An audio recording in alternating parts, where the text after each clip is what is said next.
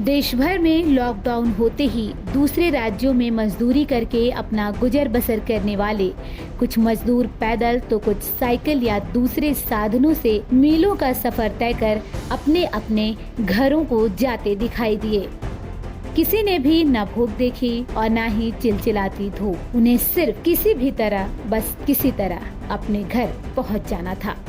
ऐसे ही मजबूरी और लाचारी की एक तस्वीर हम आपको यूपी के श्रावस्ती की दिखा रहे हैं, जिसे देखकर आपकी आंखें भी नम हो जाएंगी। जी आया था कागज 3 महीना हो गया। रक्षा चला रहा था वहाँ पे, काम बंद हुआ, वहाँ पे रक्षा सब बंद हो गया, तो वहाँ से रक्षा से यहाँ पे आया था। बाबूजी कहा थे यहाँ भी काम मिला तो करेगा काम, नहीं तो भूखन प्यासन मरेगा। ये तस्वीर है हरिहरपुर रानी के पटना खरगोरा गांव के 4 भाइयों की, जिसमें एक भाई लोहिया आवास में अपने परिवार के साथ रहता है, तो दूसरा कच्ची दीवार पर बने टीन शेड के एक कमरे में अपने परिवार के साथ गुजर बसर करता है। वहीं 2 भाइयों दिनेश और सूरज के हिस्से में जगह के नाम पर एक छोटा सा कमरा आया। दोनों बारी बारी से अपने परिवार के साथ इस घर में रहने के लिए आते, जबकि दूसरा परिवार दूसरे राज्य में मजदूरी करके रोजी रोटी इकट्ठा करने में लगा रहता।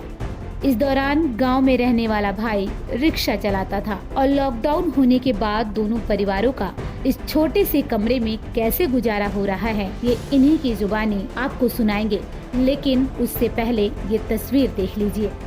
टिन शेड के एक कमरे में प्रवेश करते ही बाईं ओर शौचालय तो दाईं ओर चूल्हा है। इसके ठीक सामने उनका बिस्तर लगा है।